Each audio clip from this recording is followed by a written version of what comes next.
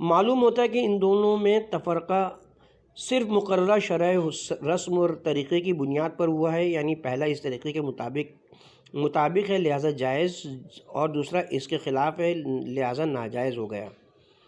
خارجی خصوصیات و حالات تو دونوں ہی میں یکساں ہیں اور ظاہری صورت متحد ہے، اس میں کوئی اختلاف نہیں ہے۔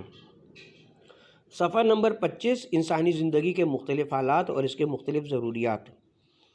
ایک انسان کو دنیا میں قدم رکھ کر گوں نہ گوں مشکلات کا سامنا ہوتا ہے اور اس کا دور حیات ایک حالت پر نہیں گزرتا۔ اس کی زندگی کی مثال اکثر صورتوں میں فضا کی متموج ہوا یا سمندر کے متلاطم پانی میں جانے والے تنکے کی ہوتی ہے جو کسی مقام پر ٹھہرنا نہیں جانتا۔ ہجر و سفر توام ہے اور انسان کے لیے دور مسافرت اتنا ہی قصیر الوقوع ہے جتنا زمانہ اقامت و شاذ و نادر حالات اور اتفاقی واقعات کی نوعیت نہیں رکھتا، جن کا خیال اکثر قانونی احکام میں ضروری نہیں ہوا کرتا، بلکہ وہ انسانی زندگی کا اتنا ہی نمایاں پہلو ہے جتنا ایک مستقل مقام پر قیام۔ اگر معمور عالم کی انسانی آبادی کی خاص وقت میں مردم شماری کی جائے تو ایسے افراد زیادہ ہوں گے جو اپنے شہر سے علیحدہ اور عالم مسافرت میں ہیں، اور اکثر ایسے ہوں گے کہ جنہیں اپنے ضروریات زندگی کی بنا پر ایک مقام پر قیام کی نوبت ہی نہیں آتی اور ایک طویل عرصے کے لیے برابر ایک جگہ سے دوسری جگہ منتقل ہی ہونا پڑتا ہے۔ پھر یہ امر بھی یقینی کہ ان تمام حالات میں انسان کی فطرت انسان کے ساتھ ہے، نہ وہ فطرت و طبیعت اس سے علیحدہ ہے اور نہ ان کے جذبات و خواہشات میں کوئی کمی ہوتی ہے، وہ پھر بھی اسی خاکدان مادی کا ایک ذرہ اور محیط طبعی کا ایک موجہ ہے اور انہی خصوصیات کو رکھتا ہے جو دیگر افراد انسانی میں پائے جاتے ہیں۔ وہ اپنے خواہشات طبعی کے مقابلے کی طاقت نہیں پاتا اور اگر وہ اپنی قوت ارادیہ سے ان کے ساتھ مقاومت کرے تو بسا اوقات اس کے جسمانی قوا کی تنظیم اور اعتدال مزاج سپر انداختہ ہو کر شکست کا مظاہرہ کرتے ہیں۔ وہی کہ جن ضرورتوں کے لیے نکاح و ازدواج کی تشریح ہوئی تھی لیکن نکاح دائمی کی پابندیاں اس کی زندگی کے موجودہ حالات کے ساتھ دور کا بھی تعلق نہیں رکھتی۔ اس کے پاؤں ان زنجیروں کے پہننے سے عاجز ہیں اور اس کے لیے اپنی اس بے ثبات اور غیر اطمینانی زندگی میں کسی ایسے مستقل اور وابستگی و تقلید کا امکان نہیں ہے۔ اب بتاؤ کہ کیا وہ اس وقت اپنے شہوات حیوانی کی ادائیگی کے لیے شرعی قیود و حدود سے کنارہ کشی کر کے مطلق العنان بن جائے اور اس طرح نظام اجتماعی کی تباہی اور مفاد نوعی کے اختلال کا باعث ہو، اور نہیں تو اپنے جذبات طبعی کی مخالفت اور مقتضیات فطرت کے ساتھ مقاومت کر کے صبر و ضبط کرے اور جیسا کہ اکثر ہوتا ہے کہ اپنی صحت جسمانی کو خیر آباد کہہ دیں اور رفتہ رفتہ اپنے طبعی وقت سے پہلے زندگی کو سلام و وداع کہہ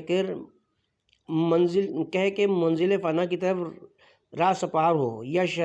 شرع الہی میں اس کے مشکلات کا کوئی حل اور اس کے ضروریات کی رعایت سے اس کے تقاضۂ فطرت کے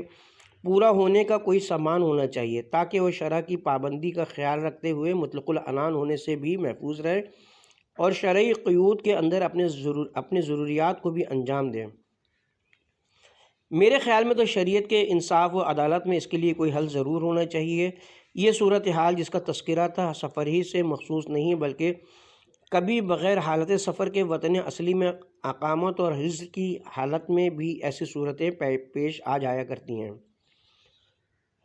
انسان کے لیے شریک زندگی موجود ہے لیکن وقتی امراض اور اتفاقی موانع نے محدود لیکن کافی عرصے تک کے لیے اس کو بیکار اور معطل بنا دیا ہے۔ اب اگر انسان عقد دائمی کرنا چاہے تو مستقل طور سے دو بار گراں اس کے کاندھے پر آ جاتے ہیں جن کو برداشت کرنا قوت صبر و تحمل سے باہر اور پھر بلا ضرورت اس لیے کہ اسباب و مواقع محدود زمانے سے مخصوص اور عارضی حیثیت رکھنے والے تھے۔ اس لیے کیا شریعت کی جامعیت و وسعت اور ضروریات زندگی کے لحاظ کا اقتضا نہیں ہے کہ وہ انسان کے لیے عقد ازدواج کی کسی محدود موقت قسم کا بھی نفاذ کرے جو ایسے مواقع پر انسانی زندگی کے لیے باکارآمد ثابت ہو سکے۔ اس مقام پر یہ امر نظر انداز کرنے کے لیے قابل اس مقام پر یہ امر نظر انداز کرنے کے لیے قابل نہیں ہے کہ ضروریات انسانی دو قسم کے ہوتے ہیں۔ بعض ضروریات انسان کی زندگی میں اتفاقی طور پر وقوع پذیر ہوتے ہیں اور غالب الوقوع نہیں ہیں۔ یہ ضروریات شرعی قوانین کے کلیہ احکام پر کبھی اثر نہیں ڈالتے اور نہ ان کے مراعات سے احکام کلیہ نافذ کیے جانے کی ضرورت ہے۔ بے شک جب کسی مقام پر احکام کلیہ شرعیہ اور ان ضروریات میں تصادم ہوتا ہے تو اگر اس حکم کی اہمیت اتنی نہیں ہے کہ اس ضرورت کے مقابلے میں اس کا لحاظ کیا جائے تو اس ضرورت کی خاطر خصوصی حیثیت سے وہ حکم برطرف کر دیا جاتا ہے، لیکن اسی مقدار میں کہ جتنی ضرورت ہو۔ جیسے حالات اضطرار میں اس وقت کے جب بغیر غذا انسان کی روح مفارقت کر رہی ہو تو میتہ و لحم خنزیر کا جائز ہو جانا یہ اسی حد تک ہے کہ جو رمیق حیات کو باقی رکھ سکے، یا حالت مرض میں اور علاج منحصر ہونے کی صورت میں شراب کے استعمال کا جائز ہونا اسی حد تک کہ جسے طبیب تجویز کرے اور ضروری سمجھے۔ اور اگر حکم کی اہمیت اس درجہ ہے کہ ضرورت نظر انداز کرنے کے قابل ہے تو وہ حکم باقی رہتا ہے اور ضرورت نظر انداز ہو جاتی ہے۔ جیسے کسی بے جرم و خطا مسلمان کا قتل، انسان کی خود جان چلی جائے لیکن دوسرے کا قتل جائز نہیں ہو سکتا۔ اسی صورت سے شوہردار عورت یا ماں، بہن، پھوپھی وغیرہ محارم کے ساتھ مناقحت انسان ہلاک ہو جائے لیکن اس کے لیے کسی وقت میں اس کی اجازت نہیں ہو سکتی۔ یہ وہ صورتیں ہیں جو انسانی زندگی میں اتفاقی صورت سے رونما ہوتی ہیں، لیکن بعض ضروریات ایسے ہوتے ہیں جو انسان کے لیے غالبی طور پر پیش آیا کرتے ہیں اور کثیر الوقوع ہوتے ہیں، جن سے دوچار ہونا اکثر و بیشتر ضروری ہوا کرتا ہے۔ ان ضروریات کے لحاظ سے شریعت میں قوانین و کلیات کا نفاذ ہوتا ہے اور ان احکام کی تشریح اگرچہ بنظر حکمت و مصلحت مخصوص ضروریات کے لحاظ سے ہے جو محدود اوقات کے ساتھ مخصوص ہے، لیکن حکم کے کلی صورت میں نافذ ہو جانے کے بعد ان کی شریعت کسی خاص وقت و زمانے اور مقدار اور درجے کی پابند نہیں رہتی۔ بے شک یہ انسان کا عقلی فریضہ ہے کہ وہ اس کا بلا ضرورت استعمال نہ کرے اور مقدار ضرورت کا خیال رکھے۔ اس کی مثالیں شرع میں نایاب نہیں بلکہ شریعت کے احکام و قوانین شروع سے آخر تک اس کے نظائر و مسئلہ سے مملو ہیں۔ پانی کا پینا انسان کے لیے جائز ہے، بے شک اس کے نظام زندگی کی بقا اس کے ساتھ ہے۔ اس کی طبعی و فطری خواہش پیاس کا تقاضا ہے کہ وہ اس سے ممنوع نہ ہو، لیکن اگر پانی پینے کے جواز میں یہ شرط ہو کہ انسان کو پیاس لگی ہوئی ہو اور اگر بغیر پیاس کے انسان پیے تو گناہ ہے نہیں، لیکن پھر بھی عقل یہ کہتی کہ انسان اس جواز شرعی سے فائدہ جبھی اٹھائے جب ضرورت ہو، یعنی بغیر پیاس کے پانی نہ پیے ورنہ بسا اوقات نقصان اٹھائے گا۔ اسی صورت سے کھانا یقیناً بقائے زندگی غذا پر موقوف ہے اور شرع نے اس کے لیے کھانا جائز قرار دیا ہے، مگر کیا اس شرط سے کہ بھوک لگی ہو؟ نہیں، مگر کیا عقل کا تقاضا نہیں کہ بغیر بھوک کے انسان کھانا نہ کھائے ورنہ بسا اوقات نقصان اٹھائے گا۔ خود عقد نکاح و ازدواج اس کی تشریح یقیناً بلحاظ ضروریات فطرت، خواہش طبعی، حصول اولاد وغیرہ وغیرہ، لیکن کیا اس کے جواز میں ان خصوصیات و حالات کی قید ہے، یعنی انسان کے لیے شہوات طبعیہ کا ہیجان ہو اور اولاد کا حصول متقین ہو؟ ایسا تو نہیں ہے، لیکن پھر بھی عقلی حیثیت سے اگر انسان زیادتی سن و سال اور ذوف و اضمحلال کے باعث شہوات طبعیہ سے دور اور خواہشات سے علیحدہ ہو گیا ہو، نیز اولاد کے حصول کی امید نہ ہو تو وہ شادی نہ کرے ورنہ اس میں بعض اوقات مفاسد پیدا ہونے کا اندیشہ ہے۔ پھر یہی صورت عقد متع یعنی نکاح موقت کی بھی سمجھنا چاہیے کہ اس کی تشریح بلحاظ انہی ضروریات کے ہے جن کا تذکرہ ہوا، لیکن اس کا جواز شرعی ان حالات و ضروریات کے ساتھ مخصوص نہیں ہے۔ بے شک عقل کا تقاضا ضرور ہے کہ اس میں جواز شرعی سے اس وقت فائدہ اٹھایا جائے کہ جب اس کی ضرورت ہو اور بلا ضرورت ایسا نہ کیا جائے، ورنہ ممکن ہے کہ قدم دائرۂ اعتدال سے خارج ہو اور مضرت ہو نقصان کا پیش خیمہ بنے۔ اس میرے بیان سے دو اہم سوال حل ہو جاتے ہیں جن کے پیدا ہونے کا میرے سابقہ بیانات کی بنا پر امکان ہے۔ نمبر ایک یہ کہ اگر بحالت سفر یا حضر اکثر اوقات عقد دائمی کے غیر ممکن ہونے کی جہت سے نکاح موقت یعنی متع کی تشریح ضروری سمجھی جائے، تو کبھی انسانی زندگی میں ایسے حالات بھی رونما ہو جاتے ہیں کہ کوئی عورت بطور نکاح موقت بھی دستیاب ہونا ممکن نہ ہو۔ مثلاً یہ کہ اپنے محارم ماں، بہن، پھوپھی وغیرہ یا ان کے علاوہ شوہردار عورتوں کے سوا کوئی موجود نہ ہو، تو کیا انسانی ضروریات زندگی کی بنا پر یہ فتویٰ دیا جا سکتا ہے کہ ان کے ساتھ انسان کے لیے ازدواج جائز ہے؟ اور جب یہ کسی صورت میں جائز نہیں تو ضروریات انسانی کی بنا پر یہ متع کی تشریح بھی بے معنی ہے۔ نمبر دو یہ کہ اگر نکاح متع کی تشریح انہی ضروریات کی بنا پر ہے تو اس کا جواز انہی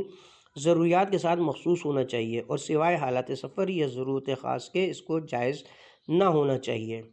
لیکن میرے بیان سے ان دونوں سوالوں کا جواب مکمل ہو جاتا ہے، جس کے بعد شک و شبے کی گنجائش باقی نہیں رہتی۔ صفحہ نمبر 31 جواز شرعی کے صرف میں بے اعتدالی یا اتفاقی اسباب و نتائج۔ یہ بات ثابت شدہ حقیقت ہے کہ شریعت کے تمام احکام خواہ از قسم وجوب و تحریم ہوں یا از قسم اباحت و جواز عظیم اصرار و مصالح پر مبنی ہیں اور ہر ایک میں حکیمانہ عنصر کار فرما ہے، جو تمام تر نظام انفرادی و اجتماعی کی نفع رسانی پر مبنی ہے۔ لیکن یہ انسان کے بس کی بات نہیں ہے کہ وہ ان احکام کی اطاعت و فرما برداری میں اس مصلحت و حکمت کا بھی خیال رکھے جو اس حکم میں مضمر ہیں، یا اسے اس صورت پر بجا لائے کہ اگر اس کی اصلی غرض و غایت مفقود ہو جائے۔ اس کی مثالیں ایک دو نہیں بہت ہیں۔ مباحات کا تو درجہ بعد کو ہے، واجبات میں اس کے نظائر کمیاب نہیں ہیں۔ روزے کے اغراض و مقاصد، تزکیہ نفس، توائے شہوانیہ کا اضمحلال، بھوک کی تکلیف اٹھا کر فقراء کی لذت فاقہ کشی کا احساس وغیرہ وغیرہ۔ لیکن رات کو صبح ہونے سے پہلے اتنا کھا لینے کے بعد کہ جس سے تمام دن امتلا موجود رہے، یہ تمام اغراض مفقود ہو جاتے ہیں۔ انسان روزہ دار کہلائے گا اور تکلیف روزہ سے بھی بری ذمہ ہو جائے گا، مگر اغراض و مصالح کے جو روزے میں تھے معدوم رہے اور وہ حاصل نہ ہو سکے۔ یوں ہی حج و زکوٰۃ ان کے اغراض و مقاصد ہیں۔ مباحات میں بھی شرع کے حکم جواز کے صرف میں حد اعتدال کا ملحوظ رکھنا انسان کی خود اختیاری بات ہے۔ پانی کا پینا مباح لیکن ایک شخص ہے کہ وہ پانی ہی پیا جاتا ہے۔ غذا کا کھانا جائز مگر کوئی ہے کہ وہ بھرے ہی جاتا ہے۔ زوجہ داومی کے ساتھ معاشرت خصوصی کرنا یقیناً صحیح، مگر اس سے شب و روز کا کوئی وقت خالی ہی نہ رہے۔ کوئی شبہ نہیں کہ یہ قابل اعتراض امر ہوگا اور مضمرات انگیز، لیکن اگر اس کی ذمہ داری شرع کے حکم پر عائد ہوتی ہے ہرگز نہیں۔ یہ خیال کرنا کہ ہاں اس لیے کہ اگر یہ بے اعتدالی مفاد شرعی کے خلاف ہے تو شرع کو اپنے حکم میں شرط قرار دینا چاہیے تھا اور حکم کو غیر مشروط قرار دینے کے کوئی معنی نہ تھے۔ صحیح نہیں ہے اس لیے کہ شرائط و قیود ان حالات کے متعلق ہو سکتے ہیں جو عمومیت یا اکثریت کے باعث ایک منضبط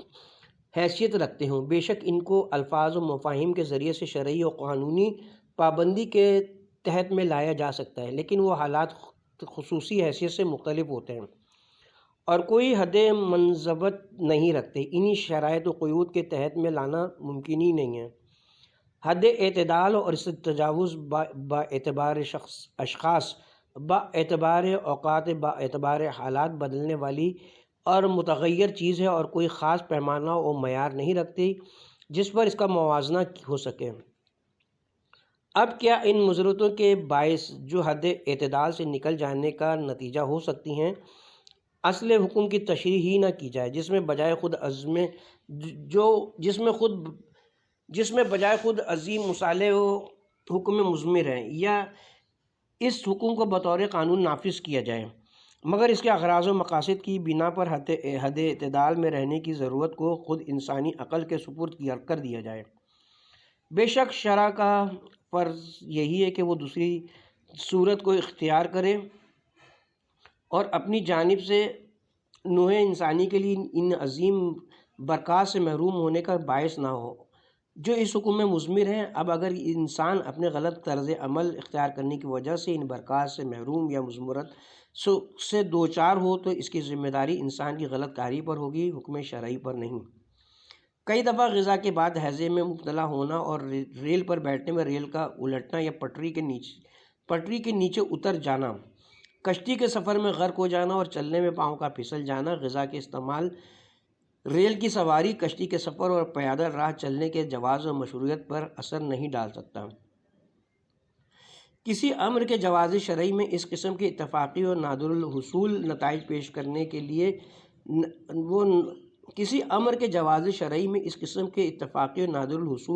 پیش کر کے اس کا مذاق اڑانا اپنے مقاصد کی حمایت میں معاملہ فہمی سے کنارہ کشی کر لینے کا نتیجہ اور فن مناظرہ کی ہنر آفرینی کا کرشمہ ہے جس میں حقیقت پروری کا عنصر بہت کم مضمر ہوتا ہے۔ موجودہ زمانے کے فرقہ وارانہ مناظرین کو جانے دیجیے جن کا سینکڑوں دفعہ کی کہی ہوئی اور جواب دی ہوئی باتوں کو الٹ پلٹ کر پیش کر دینے کے سوا کوئی شغل ہی نہیں۔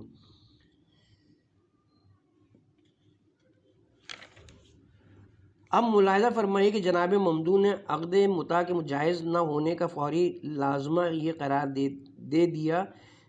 کہ اس شخص کی اولاد ہر شہر اور ہر قریے میں موجود ہوگی اور ان کا کوئی تربیت کرنے والا بھی نہ ہوگا، اور ان میں لڑکیاں بھی موجود ہوں گی کہ جن کی شادی برابر والوں میں نہ ہو سکے گی، اور سفر میں ہر منزل پر متاع ہونے کے بعد ہر منزل میں عورت کو حمل بھی رہے گا، اور جو لڑکیاں پیدا ہوں گی ان کی اسے خبر نہ ہوگی، اور یہ جب 15-20 برس کے بعد جب 15-20 برس کے بعد اس راستے سے گزرے گا تو انہی لڑکیوں میں سے کسی سے متاع یہ نکاح کرے گا اور اس طرح اپنی بیٹی کے ساتھ نکاح کا مرتکب ہوگا، اور جب اس کی اولاد بے شمار و لاتعداد ہے تو میراث کی تقسیم نہیں ہو سکتی، کیونکہ ورثہ کی تعداد اور ان کے محل سکونت تو جائز قیام کا علم نہیں، اور اولاد کے انتقال ہونے پر ان کی میراث کا بھی تقسیم ہونا ممکن نہ ہوگا کیونکہ ان کے باپ بھائی کا تو پتہ نہیں ہے، لہذا حاجب و غیر حاجب کا امتیاز نہیں ہو سکتا۔ یہ ہے نکاح متاع کہ جس سے تمام شریعت درہم و برہم ہوئی جاتی ہے۔ بے شک دنیا تخیل کی وسعت اتنی ہی نہیں بلکہ اس سے بھی بہت زیادہ ہے۔ تنکنائے عالم تو آسمان و زمین کے احاطوں سے گھرا ہوا ہے، لیکن قوت واہمہ کی پرواز کے لیے لامحدود فضا کی گنجائش ہے۔ گویا شیعہ جو اس عقد متاع کے جواز سے قائل ہے، ان کے ہاں نہ میراث تقسیم ہوتی ہے، نہ متروکہ بٹتا ہے، نہ اولاد کی تربیت ہوتی ہے، نہ شادی بیاہ کے رسوم ادا ہوتے ہیں، نہ ان کی اولاد کا حد و حساب ہے۔ ہر شہر اور ہر قریے میں ایک شخص کی اولاد کے سینکڑوں اشخاص پائے جاتے ہیں جن کی مردم شماری سے سرکاری رجسٹر بھی قاصر ہیں، پھر بھی معلوم نہیں کہ 1300 برس کی مدت ہونے کو آئی ہے یہ اقلیت میں کیوں ہے، اور ان کی مردم شماری عالم کی ہر قوم سے زیادہ کیوں نہ ہو گئی۔ معلوم ہوتا ہے کہ موصوف نے جو کچھ صورتیں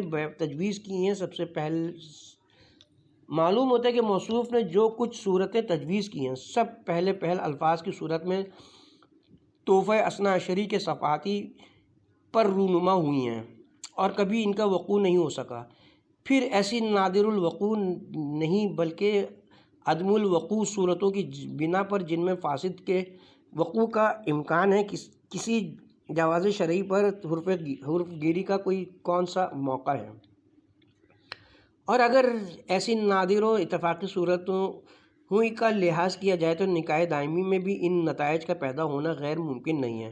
اور اس صورت میں نکاح و ازدواج کا بالکل انسداد بلکہ تمام شرعی احکام و قوانین کا سدباب ہو جاتا ہے، کیونکہ ہر ایک حکم شرعی میں قوت متخیلہ و واہمہ کی امداد سے ایسی صورتیں پیدا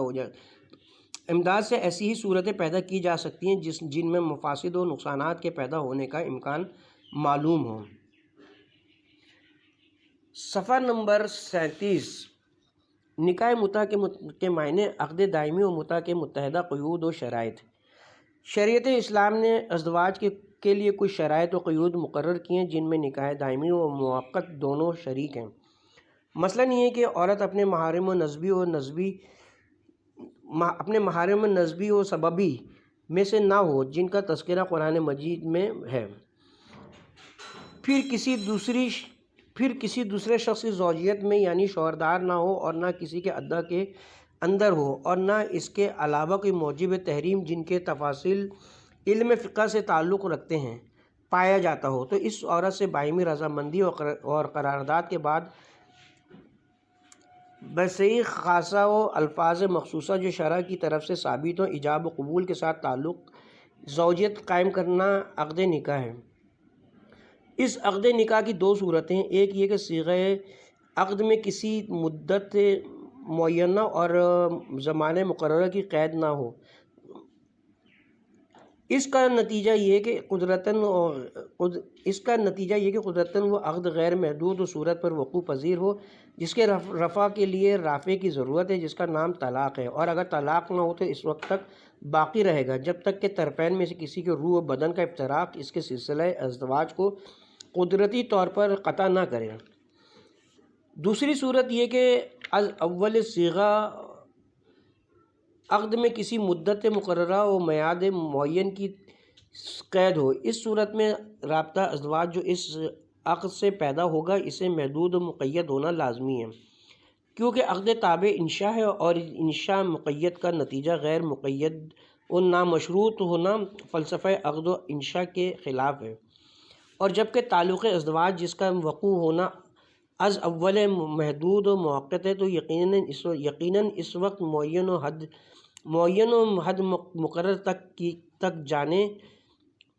حد مقرر تک پہنچنے پر اسے خود بخود قطع ہو جانا چاہیے، رافع کی ضرورت نہیں ہے تاکہ طلاق لازم ہو۔ نکاح دائمی و موقت با اعتبار حقیقت و روح و جوہر و اغراض و مقاصد ایک ہی چیز ہے۔ تعلق زوجیت کا جو دونوں میں پیدا ہوتا ہے ایک ہی نوعیت رکھتا ہے،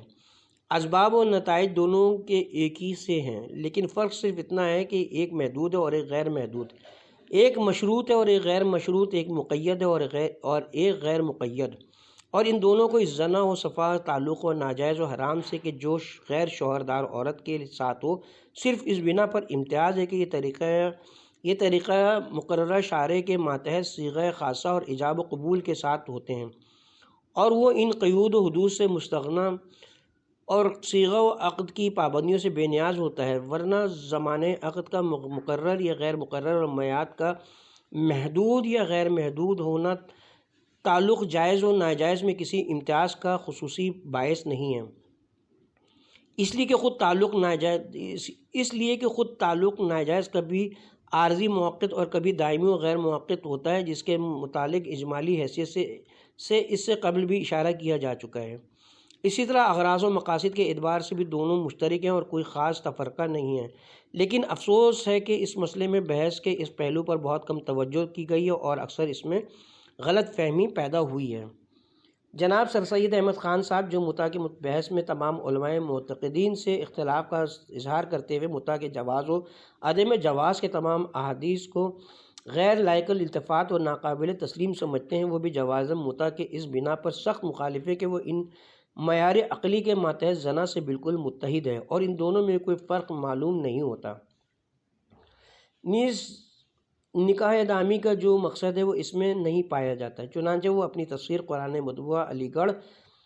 سن 1299 ہجری جلد نمبر 2 سن 216 میں کے تحت آیت کے تحت میں رقم تراز ہیں۔ میرے نزدیک علماء مفسرین کا اس آیت سے حکم جواز متع پر استدلال کرنا محض غلط ہے، بلکہ اس آیت سے اعلانیہ متع کے امتناع کا حکم پایا جاتا ہے۔ تمام تاریخوں اور قدیم کتابوں سے پایا جاتا ہے کہ ہر ایک قوم میں قدیم زمانے سے اس قسم کی عورتیں تھیں جو یہی پیشہ کرتی تھیں کہ لوگوں سے اجرت ٹھہرا کر ان کو اپنے ساتھ مباشرت کرنے دیتی تھیں، جیسے کہ اس زمانے میں بھی ایسی عورتیں پائی جاتی ہیں جن کو بالحاظ ان کے حالات خانگیاں اور قصبیاں کہتے ہیں۔ یہودیوں میں، فارسیوں میں، بلکہ تمام قوموں میں اس قسم کی عورتیں تھیں۔ عرب میں بھی قبل اسلام اور ابتدائی اسلام میں، اور شاید اس کے بعد بھی ایسی عورتوں کا وجود تھا، اور شاید اب بھی ہو، اور اس کی ظاہری صورت میں کچھ تبدیلی واقع ہوئی ہو۔ یہ طریقہ اور یہ فعل صرف اس وجہ سے نکلا تھا کہ مردوں کو اپنی مستی جھاڑنے کا موقع ملے۔ تزویج میں اور اس طرح پر متع یعنی اجرت سے کام چلانے میں فی نفسہ ہی کوئی فرق نہ تھا، اس لیے کہ مہر اور اجرت حقیقتاً ایک ہی شے ہے۔ رضا و معاہدہ دونوں حالتوں میں ایک ہی حقیقت رکھتا ہے۔ متع میں میعاد کا معین ہو جانا اور تجویز میں تعین میعاد کا اختیار زوج کے ہاتھ میں رہنا، یا میعاد کا معلوم ہونا مگر اس کی تعداد کا نامعلوم ہونا کہ کب موت آئے گی، حقیقت معاہدہ میں کوئی مبتدا و تبدیل نہیں کر سکتا۔ پس ان دونوں میں جو حقیقتاً فرق تھا وہ یہی تھا کہ تزویج سے مقصود دراصل احسان یعنی پاکدامنی اور نیکی تھی، اور متع سے صرف مستی جھاڑنی، کیونکہ اس سے اس کے مرتکب کو بجز صفا و منی کے اور کوئی مقصود نہیں ہوتا۔ پس اسی کو خدا تعالیٰ نے منع فرمایا کہ یعنی تم باعوض اپنے مال کے آزاد عورتوں کو نکاح کرنے کے لیے تلاش کرو، اور ان سے نکاح کرنا پاک دامنی رکھنے کی غرض سے ہو، نہ مستی جھاڑنے کی صورت میں۔ اس کے ساتھ ہی یہاں پہ پارٹ نمبر 2 کا اختتام کرتے ہیں، اور حاضر خدمت ہوتے ہیں اگلے پارٹ میں۔